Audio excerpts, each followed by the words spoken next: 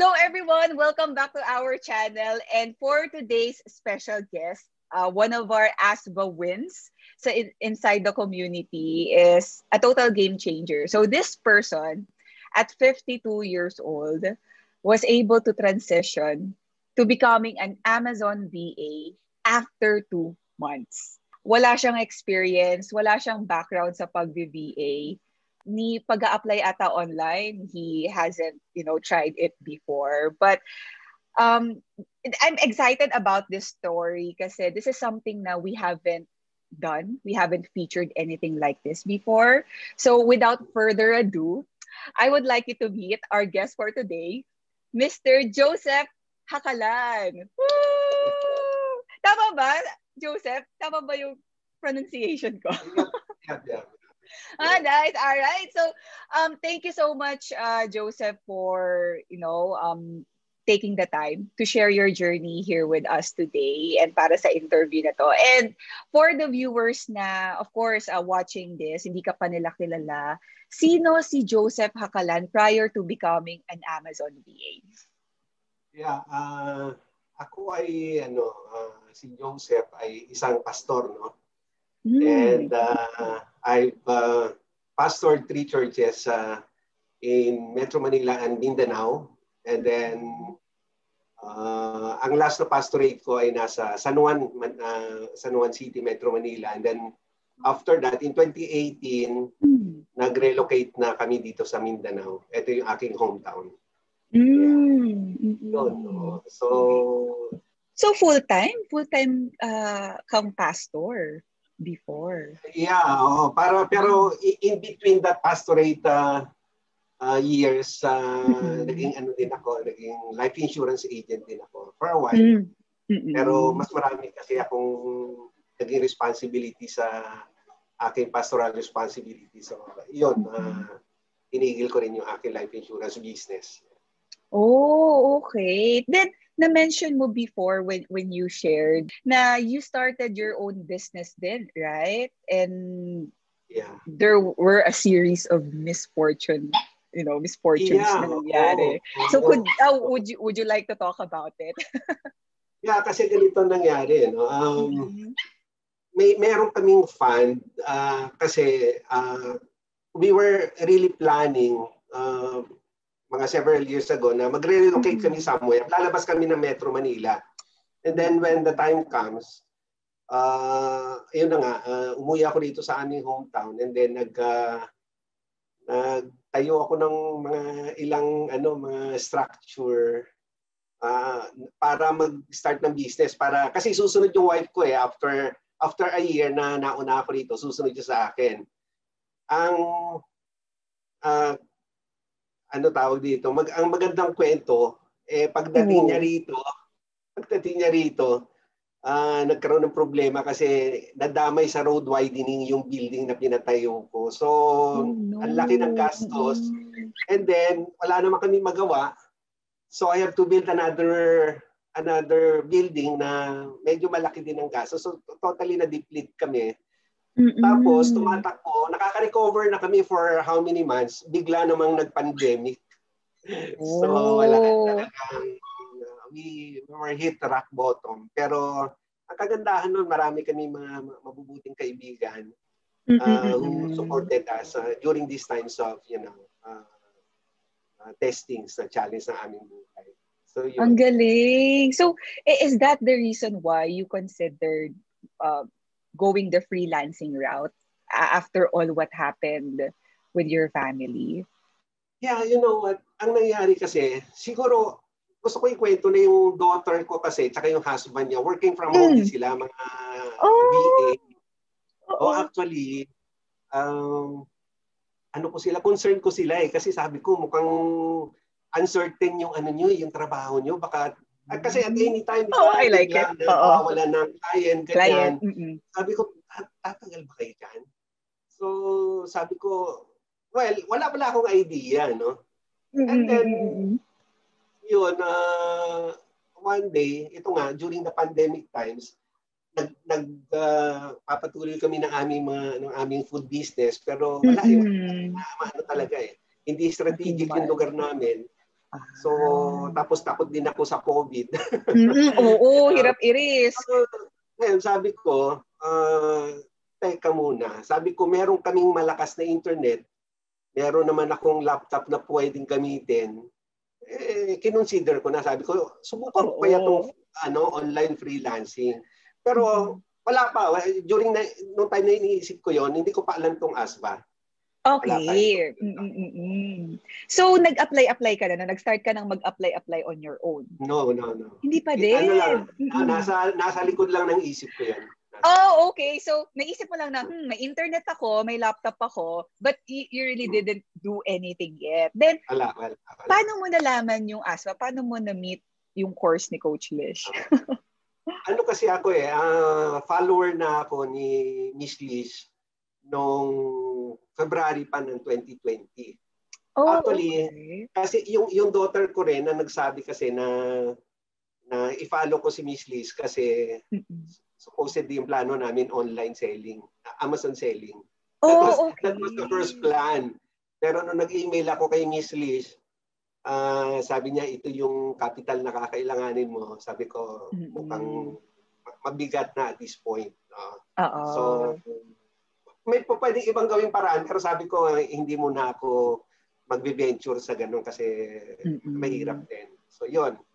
Tapos, nung bandang last week ng October,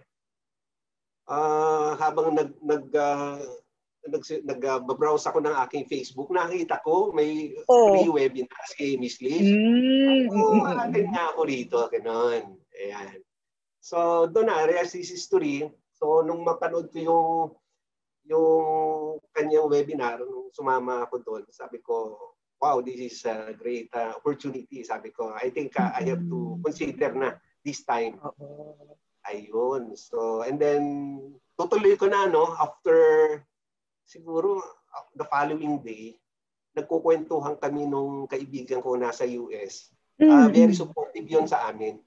Kahit during the pandemic time. So, very supportive. So, naikwento ko sa kanya na merong ang ganda ng training na offer. Sabi niya, ang tanong kaagad, wala ako. Nasabi sa akin, magkano may registration? Sabi niya gano'n. Meron. So, sabi niya, magkano? So, sinabi ko sa kanya, enroll ka na. Sabi niya gano'n, padadalang kita ng pang-enroll mo. Grabe naman. Sabi ko, teka muna, mag-decide muna ako. Hindi na, ituloy mo na. Very supportive. Napakabait ito. So, yun. Kaya, yun, natuloy. Tapos, tinanong pa ako, ano sabi sa akin. Kasi binagay ko sa kanya yung elite saka advanced. Yes, yung 2 packages.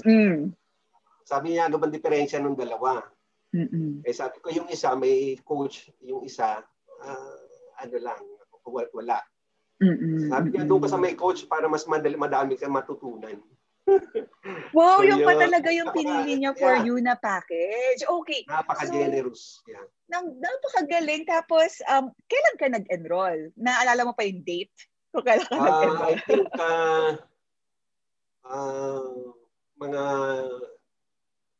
last week ng October. Siguro mga 28. Okay. Yun yung last. October 29, yung webinar. Actually, ako nun kasi nakakatawang nangyari sa akin. Kasi, ang akala ko marami pang slots. Nung elite, nung elite. Habang the particular Sunday, tinitingnan ko yung Facebook, biglang nag-pop up na 5 slots na lang. Mabilis talaga maubos yun. Wala na ako. So anyway, yan, nagtuloy-tuloy naman. Nakapag-register na rin kaagad ako. Nice! And masabi ko lang sa mga viewers, baka nagtataka sila, ano yung advanced, ano yung elite. So basically, both elite and advanced students can access the same masterclass, yung course, yung videos. Ang pinagkaiba lang is with elite, meron kang one-on-one coaching calls with a dedicated coach para kung may extra kang tanong, kung gusto mo personalized yung plan for you, yung strategic plan for you and how you would, go about your freelancing journey. May ganong side. So, ang maganda din naman doon, kahit sa advance din, kahit baka isipin nila, so mag-isa lang ako pag advance. No, you also get to be a part of a community, the ASBA community, where, yun nga, you could also post your questions there. Tapos, yun, maraming sasagot kasi halo-halo na ng mga batch din na may mga experts, intermediate, at mga beginners just like yourself. So, yun lang. Gusto ko lang i-clarify yun. Baka may magtanong sa comments below. So, going back dun sa story mo, Joseph, sino yung naging coach mo sa loob ng ASBA? Ayun. Teka, mukhang hindi ko nabati kanina. Pwede ba ako mag-shoutout sandali, Miss Nikki? Sige. Shoutout ako. Kasi magagalit sa akin yung team ko eh. Shoutout ko yung aking Team X. Ang aming coach ay yung napakabait na coach Senya Alberto. And then shoutout ko yung aking mga teammates, si Ronel, si Madel, si Mitos, si May, si Irene, si Jessica, si Don, si Aileen, si May, si Becca, si Lala, si Leia, si Cristel, at si Henry. Saka shoutout ko rin yung wife ko, si Chris, ang wife ko, at saka yung aking anak, si Tricia, at si Ram, si DJ, at saka si Tammy, at yung aking dalawang apo. Biglang isiningit ka na. Ang cute naman. Parang ang dami nyo sa Team X, ha? Ilan kayong kinoach ni Coach Senya? 15. Wow! So, ang saya kasi parang solid kayo, parang close kayo ng mga ka-teammates mo. May pag-ganun pa. Natindi. Talagang kami sa team tulungan. Tulungan talaga kami. Oo, yan yung maganda, lalo na pag may intimate group din kayo. Kasi yes, okay, may advantages din yung marami, like a group. Pero iba rin kapag mas intimate yung group, like you get to have those memories, saka yung pag-share nyo, iba yung level kasi there are stuff na you don't share to, many people. So, going back to your story, Joseph, edi eto na, nag-start ka na ng masterclass. How would you describe the experience? Kamusta yung lesson from someone like you na wala talagang background with becoming a VA? Alam mo, nung una kong binabrowse na yung mga modules, pinapanood yung mga video, sabi ko ang ganda. Ang ganda kasi masasabi mong well-crafted yung course. Alam mo, kasi ang kailangan lang naman natin basic di ba? Yung mga basics nandun Kaya sabi ko, ang ganda nitong material na to. So sabi ko, malaking tulong. So hanggang sa umabot na ako doon sa mga actual interview, ganyan, nagsishare yung ilang mga guests. So sabi ko, napaka-potential ng freelancing job kung merong ganitong mga modules. And how about the community? Kamusta naman yung experience mo inside the ASBA community? Masaya kasi, di ba, naging member na rin ako ng ASBA Masterclass base group, di ba? So, masaya kasi alam mo yung nagtutulungan, may magtatanong dito, may sasagot doon, ganyan. So, yan ang binibida natin, di ba, sa ating mga clients. Binibida natin, we have a community that helps each other. Kaya kung halimbawa, merong sasabihin si client na hindi mo alam, reach out to the community and the community is more than willing to help para at least mabigyan naman ng solusyon yung problema kung ano man yan. Swerte nga sila Actually, jackpot sila pag pag-graduate ng ASBA, yung makukuha nilang Amazon VA. Kasi it's like hiring a community Hiring a team of experts. I mean, kahit hindi ka pa nga expert, but you're back up with, a lot of people na mas experience pa sa'yo sa loob. Kaya, yun nga parang hindi ka na matatakot lalakasan mo na lang talaga yung loob mo na mag-apply. At pumunta, sumagot sa mga interviews. So, ayan na. You mentioned that nakakatuwa si Joseph kasi when he was sharing yung sa experience niya sa loob ng ASBA, paulit-ulit daw niya na pinanood yung mga videos. Like, alam ko, twice mo siyang pinasadahan, yung mga modules. Then yung mga mahihirap na videos, talagang pinaulit-ulit mo hanggang sa ma-absorb mo talaga. So, kailan ka nag-start mag-send ng applications?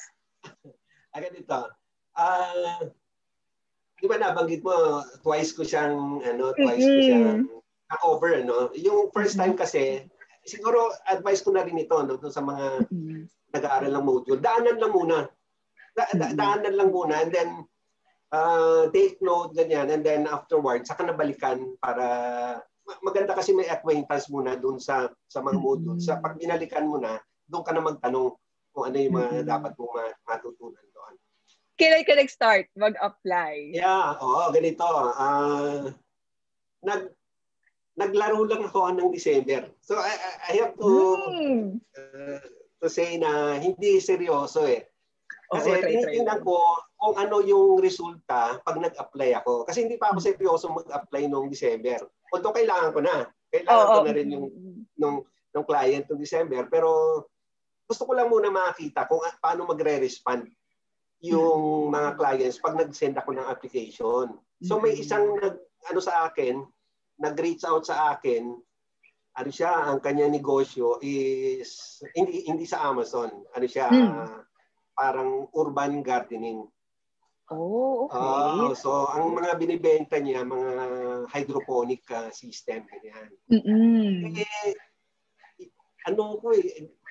Mahilig ako sa gardening eh. Kaya sabi ko, ito na yata yun.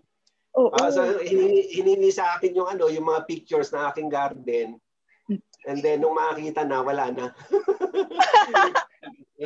So sabi ko, that's okay. Siguro hindi para sa akin. Pero excited sana ako kung nagkataon. But anyway, and then meron din ako mga pinalipad. Merong isa, nagbibideo pa. Gusto ko lang talaga maranasan.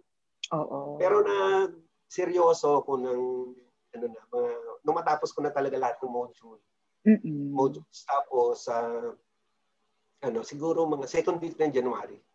Okay. So, seryoso na ako magpadala ng mga application. Actually, hindi nga application eh. Cover letter lang eh. Yung example lang. Hindi application. Hindi application. Yung sasabihin mo na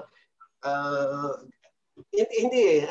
Yung cover letter lang na maiksi, di ba? Yung binigay nyo sa amin na template.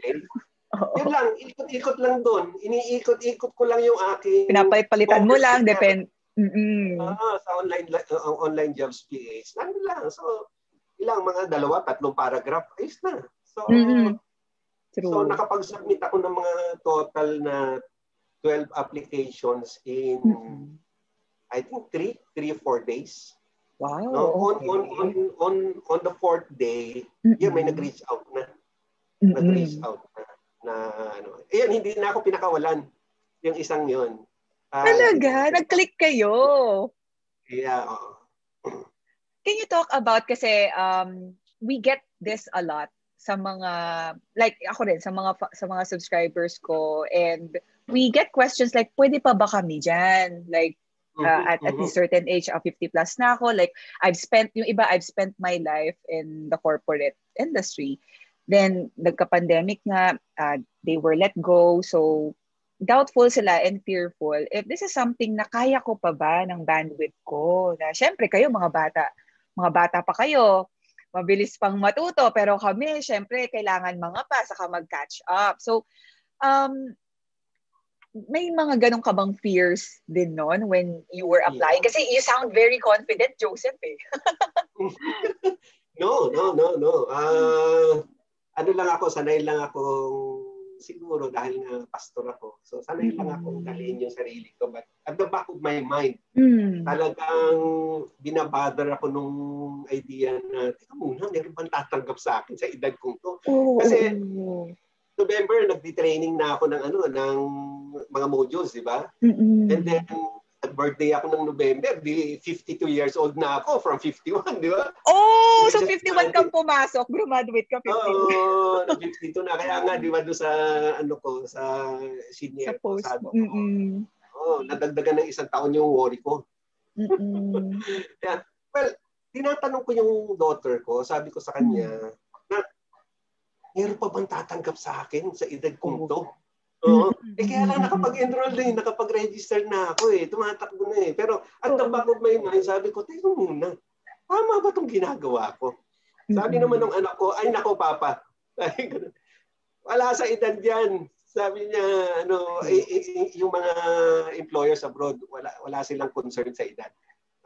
Wala daw sa edad yon. Wala sa edad yon. So, what did you do about it? Anong ginawa mo next?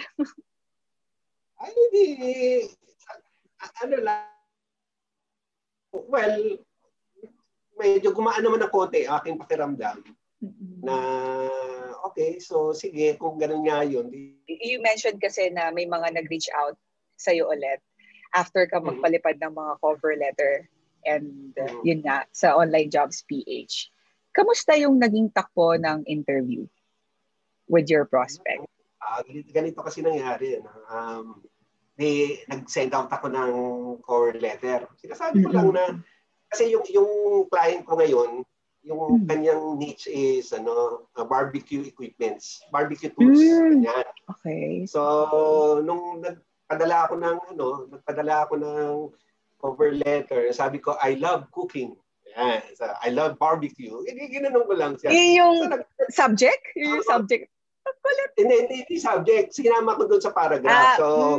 I understand you're looking for a BA with this experience, ganyan. And then, I understand that you are selling barbecue equipment. Ganyan. I love barbecue. Sabi ko. Ayan. So, ayan. So anyway, nag-reach out siya. So nagsagutan kami ng email. Siguro mga twice. And then, sige, sabi niya, let's jump into a Zoom meeting. So yun na. So, ang unang tanong niya sa akin, ganito kasi, so how are you? Sabi ko, nininervyos ako. Sabi ko sa kanya. Very honest. Sabi ko, tapos, alam mo ba, nakakatuwa. Kasi, ang unang bunga niya sa akin, sabi niya, I'm looking for a leader, not a VA. Yeah, and I saw your qualification, and you are potential to be my manager, to manage my business in Amazon and outside of Amazon. So yun, so nagulat ako. So ang gusto niya talaga nasa leadership position. So ngayon, kaya nangyari yung ano na yun, yung idea na yun sa kanya, ang hinahanap niya pala hindi yung 21 years old, 25 years old. Ang hinahanap niya is 50 pataas. Yan ang nakataon, ako yung nakakita niya. Wow, so, ang galing! Oh, actually, ang galing talaga kasi totoo yun. May mga clients talaga, iba-iba yung preferences nila. May clients na preferences ka-age nila. Gusto mas bata, gusto mas matanda. Parang sa pag-ibig, di ba? Parang sa relationship. May iba-iba rin tayong preference sa gusto nating makapartner. So, sila din. Sa mga business partners sila, gano'n. So, wait, yun yung bungad niya kagad nung usap kayo. Akin, wow! Sabi sa akin, so you are 52. Sabi niya, so you are 52. You're a little bit older than me, sabi niya. Pero okay to kasi pareho na tayong malawak ang experience sa buhay. So, actually in the process, halos magkakapareho kami ng hilig. In the process, ngayon, after 2 weeks ng pag-uusap namin, ang dami naming pagkakapareho pala. Wow! Ang galing naman ng story mo, Joseph. And syempre, ito na ang inaabangan ng karamihan. So, as someone who started in a new venture, in a new career path as an Amazon VA, would you be comfortable to share kung magkano yung offer niya sa'yo as a compensation? So, huwag natin kalilimutan, pag tinanong tayo ng client doon sa application pa lang or doon sa series ng pag-uusap kahit nasa email, pag tinanong tayo ng ating asking salary, sabihin natin kung magkano yung gusto nating salary. True. Kasi yun naman kaya ka nga naghanap ng trabaho kasi yun yung gusto mong salary. So, binanggit ko sa kanya. let's start with this amount. Sabi niya, hindi naman siya sumagot. Pero nung napipirmahan na kami ng contract, sabi niya, bawasan ko lang ng $1 kada oras. And then for the next yung isang buwan na training. Then after that, bibigay ko na yung asking salary mo.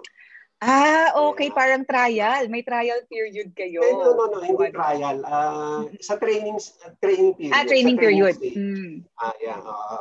So, bawas lang ng $1 pero pag tapos nung training period na yan, bibigay niya na yung asking salary ko.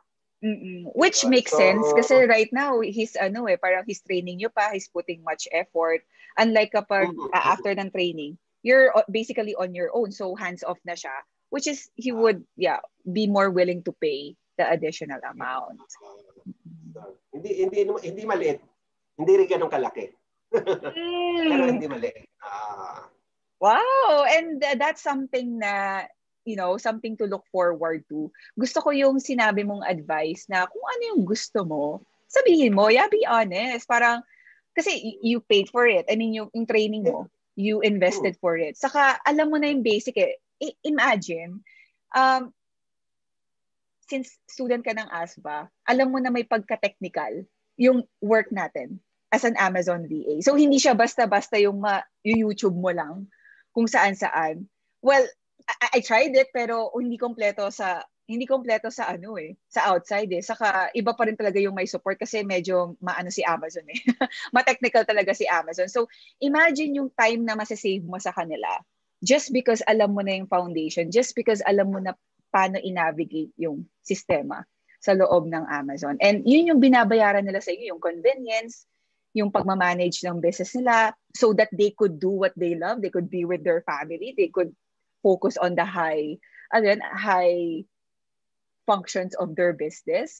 Yun yung binabayaran nila sa atin eh, to take care of their business. Kaya I totally agree with you when you said na kung ano yung gusto mo, sabihin mo, and who knows, baka pumayag. Diba? So, diba? Hindi mo rin masasabi. Minsan tayo lang nag-iisip nun eh. Nakakatawa na, kung idadagdag ko, no?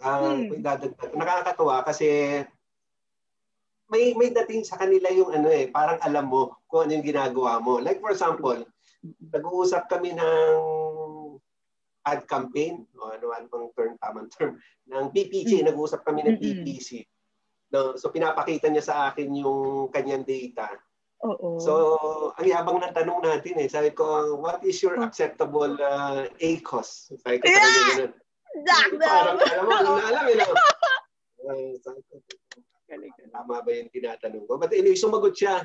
Of course, di ba tayo, sabi nga natin, ganitong percentage. Sabi niya, 5%, tawa ako. Sabi ko, 5%. Sabi niya, tapos tawa kami dalawa. Nagkakaintindihan kami doon eh. Alam naman nating sobrang baba naman ng 5%, di ba? So anyway, yung confidence, di ba, pag sinabi niya, pag nagbanggit siya ng mga terminologies, hindi na siya magsasabing, alam mo ba yung term na yon? Alam mo ba yung ASIN? Alam mo ba yung SKU? Yung mga ganun. Hindi ka na niya tatanungin kung naiintindihan mo ba yung sinasabi niya. Tuloy-tuloy yung pag-uusap niya tuloy. So, it gives, the smoothness dun sa working relationship. Exactly. And ang bilis ng transition mo tuloy ngayon. Kasi, alam mo yon, yung mga sinasabi niya, nagigets mo kagad. So, di ba sabi mo dapat today, may entire day training kayo? Pero natapos yung agad earlier today. So, yun eh. Parang, hindi pa nangyari. Hindi pa nangyari. Kasi, walkthrough. Parang walkthrough lang ng, doon kasi ngayon iba pa yung ginagawa namin hindi pa talaga Amazon. May certain part of Amazon ang ginagawa namin, pero hindi pa yon. Kasi nga, we're exploring a lot of platforms okay. Para talaga ma-integrate Shopify, Facebook, mga ganon-ganon. Yeah. So dati nung first week halos 3 oras kami nag-uusap.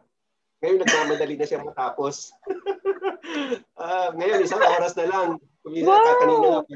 Kanina 45 minutes kasi tinanong niya kung ano yung mga yung mga nagawa na, ano yung mga gagawin. Nasa-surprise nga siya kasi alam mo yun, madali tayong nakukope up natin kasi nga may training tayo. So, tama.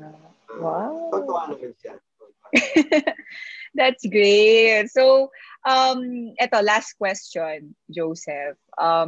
Sa mga nanonood ngayon who has the same background, not really as a pastor or someone from the church, but yung same kayo ng insecurity. Yung iba kasi insecure about their age. Like, if ma-hire pa ba sila with their age. What would be your ultimate advice to those people na, yeah, they wanna go for Amazon VA journey, pero they're afraid because they think they're too old to make the change? Yeah.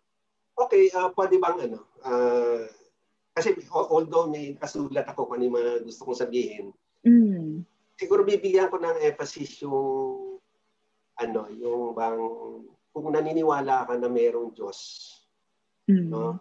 Manalangin ka. Okay? So kasi itong mga training na to, add-on ito dun sa iyong paniniwala dun sa Diyos na nabubuhay. Kasi ang prinsipyo ko lagi ganito. No? Nakataon lang siguro ng pastor ako, pero kahit kung hindi pa ako pastor, ganito na yung prinsipyo ko Kasi kilala ko ang Diyos na ganito kasi, think about this, di ba? Sa napakadaming resources ng mundong ito, kung naniniwala ka sa Diyos, magugutom ka ba? Hindi ba kayang ibigay ng Diyos yung kakapiranggot na pangangailangan mo? So applicable yan sa lahat ng bagay no? Like for example, dito papasok ka sa Amazon VA, nag-aalala ka, baka walang tumanggap sa iyo. Bata ka man o nasa katulad ko ng edad, baka nag-aalala ka na walang tatanggap sa iyo. I have to tell you, no, na I have to tell them, mahigit 1 milyon ang sellers ng Amazon, ng mga business owners ng Amazon. Mahigit 1 milyon. Pwede kang manalangin sa Diyos Diba sasabihin mo, oh Lord, sa 1 milyon na yon, isang client lang sa akin, hindi mo pa may bibigay. Di ba? Totoo. Madamot ba ang Diyos? Di ba? Madamot ba ang Diyos na hindi niya kayang ibigay ang isang client para sa iyo? Now, pero siyempre may part tayo dun sa equation. Tama. Pag naniniwala ka sa Diyos ng malalim, siguradong ibibigay niya ang panalangin mo at pangarap mo para sa pamilya mo, di ba? Pero on your part naman, di ba? I-training mo naman, pag-aralan mo naman na maigi, di ba? Kasi para pag kinausap ka ng taong ibibigay ng Diyos sa iyo, sasabihin niya, okay na to, ito, pero pwede na. Konti naman alam mo, pero pwede na. Di ba? So, kasi mahirap gusto nating magkaroon ng client pero hindi naman tayo ready. Kung minsan, ito pa, di ba, yung sinasabi natin kanina, kasi marami nang natanggal sa trabaho dahil sa pandemic. Minsan, nakikita natin, mag-a-apply pa ba ako? Manager ako sa dati kong trabaho, hindi kaya parang nakakababa naman ang aking status. Ang ganda ng... Dapat, ang gusto kong ipaalala sa mga nakikinig. No, if you want to go online, forget about your status. Exactly. Focus on the reason why you want to do it. Iyon lang naman So, wag na tayo masyadong madala dun sa kung ano sasabihin ng tao sa atin. No, dahil meron tayong ganitong status. Kung wala ka nang maipapakain sa pamilya mo, ano na? Totoo. Pero kung marami kang maipapakain sa pamilya mo, edi pakaibang negosyo ang pwede mong gawin siguro. Pero ito kasi freelancing, online freelancing, Amazon VA, and all these things, napakalaking opportunity na hindi lang sa mga kabataan, pati na rin doon sa mga kaedad namin, kaedad ko na yung iba nawalan ng trabaho. No? Yung iba nawalan ng trabaho. Alam mo nga, nakakatuwa nga yung nangyari sa akin kasi yung client ko ngayon, sabi niya, basta magtrabaho ka lang 40 hours a week and then yung pagpapastor mo, ituloy mo. Just imagine. Tuloy mo lang yung ginagawa mo.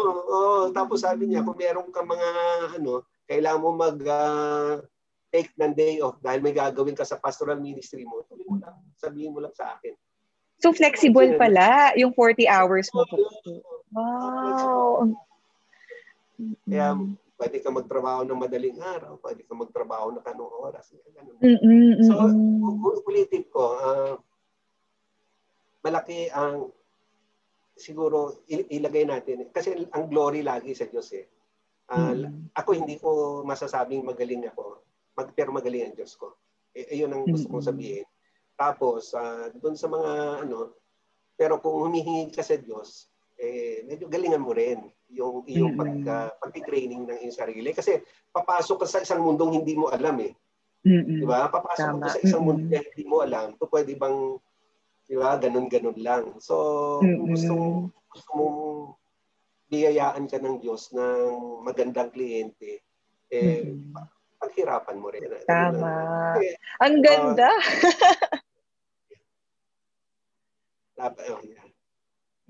Ang ganda ng sinabi mo, Joseph. Naniniwala din ako na nasa Diyos ang awa, di ba? Pero nasa tao ang gawa. Sabi nga nila if you pray for patience, hindi ka nga bibigyan ng, patient ka na. He would send opportunities or situations to help you practice becoming patient. Di ba? So, ganun din. If you prayed for an increase in income, gusto mo magkaroon ng sarili mong break, 'di ba, in your career, hindi yan basta-basta ibibigay sa'yo. Darating yung opportunity, then ikaw mismo yung magde-decide kung kukunin mo ba siya or hindi. 'Di ba? At kung paghihirapan mo ba siya, gaya ng sinabi mo. And ang galing din nung advice mo about sa linya-linya saka sa status. Oo, kasi, tama. Malaking factor yon sa mga matagal na nag-work sa corporate industry na to let go of that status. Tapos, they feel na back to zero ulit sila. Pero tama, I mean, always go back to your why. Bakit trinay mo to in the first place? So, meron ka ba bang ibang final words to say to our viewers before we end this interview? Ayan. Sa mga kabataan, sa mga kaedad ko, or mas mababa yung mga 40 pataas na medyo nag-aalala, baka hindi kayo matanggap. O ako na nagsasabi kasi na-experience ko na eh. Dati, tinatanong ko lang yung daughter ko kung matatanggap ako. Ngayon, natanggap na ako. I mean, nagkaroon na ako ng client. No? Nagkaroon na ako ng trabaho. So, ibig sabihin, totoo nga yung age doesn't matter actually sa trabaho na to. Okay? So, yan. So, ang kailangan lang, medyo i-develop din natin yung skill. May mga skills din kasing kailangan. Kasi online nga eh.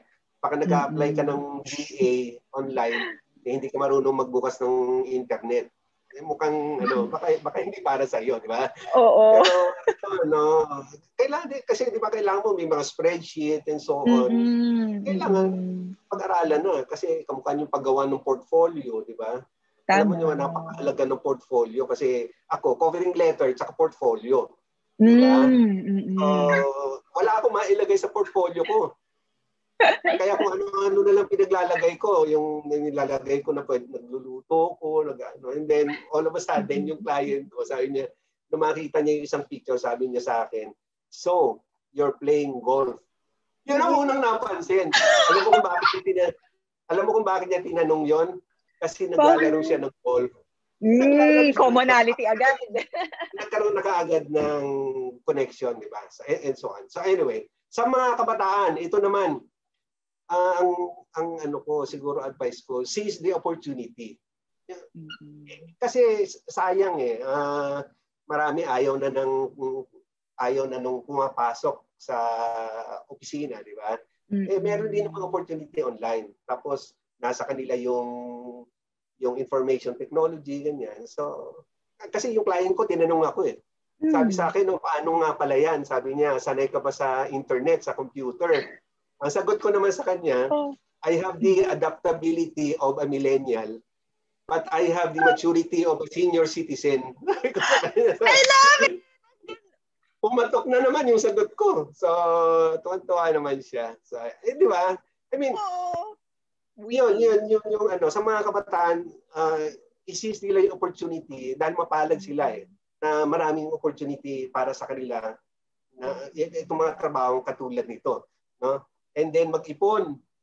No? Huwag puro bakasyon. Yeah? Kasi ang kabataan natin, kasi kamukha nito, itong pandemic na to, is really a wake-up call sa atin. Marami ngayon, mga nagre-reach out sa amin na mga walang trabaho. Yung mga kaedad namin din na minsan nag-worry na rin sila kung paano nila masusustain yung kanilang mga pang-araw-araw. So, nag-a-advise kami na ito yung mga pwedeng yung tahakin na landas. No? Talagang wala kayong ibang means of, gawin yung siguro ibang business na makakatulong sa pang-araw-araw. Itong online job na to, napakalaki, no? Napakalaki ng opportunity. Sabi ko nga, sa Amazon pa lang yung 1 million, 1 million plus sa Amazon pa lang yun. Wala pa yung general PA. Imaginein mo doon sa email ko, yung LinkedIn siguro 10 araw-araw. Sa online jobs PH siguro mga hindi lang 10. Sa Multiply Me, ang daming trabaho. Kaya sabi ko nga, so yun, huwag nating sayangin ang pagkakataon. Saka sa mga sa mga nakakuha na ng client na katulad ko, mga newbie na katulad ko, galingan natin. Diba? Galingan natin. Kasi para tulong ito sa ating community na yung mga employers abroad, yung mga kliyente, hahanapin nila yung mga Pilipino. Actually, hinahanap na tayo, di ba? Hahanapin nila lalo yung mga Pilipino pag nakita nilang efficient tayo doon sa ating ginagawa. Kaya ako, meron akong tagline lagi. Binabalik-balik ko Lagi ko sinasabi, I offer you an honest, efficient, and focused service. Inuulit-ulit ko lang doon sa client ko. Yun galingan natin, no, para sa ganun, ma-attract natin itong mga taong ito na magbigay ng trabaho sa mga kababayan natin. Again, sa pandemic tayo So, sana maka-encourage ng aking experience, no, dun sa mga talaga naghahanap ng work. Yeah. Wow! Congratulations ulit, Joseph, and for someone like you who's a leader in your ministry, in your church. Ang ganda rin na ikaw din mismo yung naging role model sa pag-transition mo despite the pandemic. I mean, you walk the talk.